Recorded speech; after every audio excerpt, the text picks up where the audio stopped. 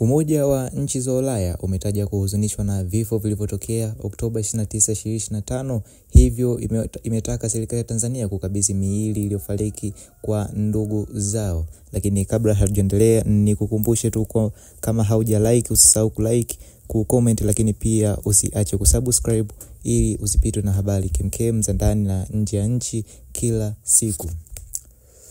Umoja wa nchi za Ulaya nchini Tanzania kwa pamoja na mataifa ya Uingereza ambayo yakijumuisha Canada umetoa wito kwa serikali ya Tanzania kutekeleza ahadi zake za kimataifa za kulinda haki za msingi, ikiwemo haki za kikatiba za kupata taarifa na uhuru wa kujieleza kwa Watanzania wote.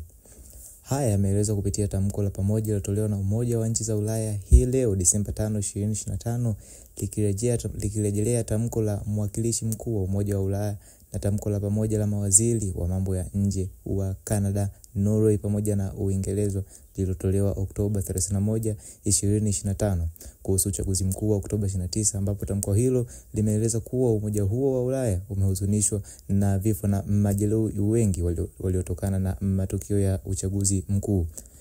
Katika taarifa yake, umoja huo pia umeeleza kuwa zipo taarifa za kuaminika kutoka mashirika ya kimataifa na kimataifa zimeonyesha ushahidi wa mauaji nje ya utaratibu wa kisheria, kupotea kwa watu, ukamataji wa watu kiolela pamoja na kuwepo kwa ufishaji wa miili ya waliopoteza maisha. Hivyo umetoa wito kwa mamlaka kukabidhi miili ya marehemu kwa familia zao, kuachia huru wafungwa wote wa kisiasa na kuhakikisha waliokamatwa wanapata msaada ya kisheria na matibabu ya afya zao.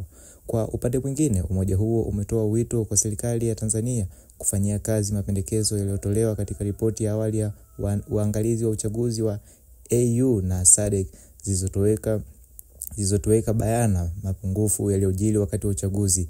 Lakini pia tunakaribisha hatua ya serikali ya kutambua kwamba kuelewa kiini cha mazingira yaliyopelekea vurugu, ikiwemo vifo, na hatua muhimu kuelekea upatikanaji wa haki na maridhiano. Lakini pia uchaguzi wote ni lazima uwe huru, uwazi na shirikishi, ujumuisho siasa za kiraia, taasisi za kidini na wadau wote wa siasa. Lakini nikukumbushe tu, huo ulikuwa ni ujumbe kutoka na Umoja wa Mataifa ya Uingereza EU ukihitaji haki zifuatwe nchini Tanzania. Lakini pia usisahau kusubscribe, kudondosha comment yako, pia usiache kulike kupata taarifa kemkem za ndani na nje ya nchi kwenye kila sekta. Asante.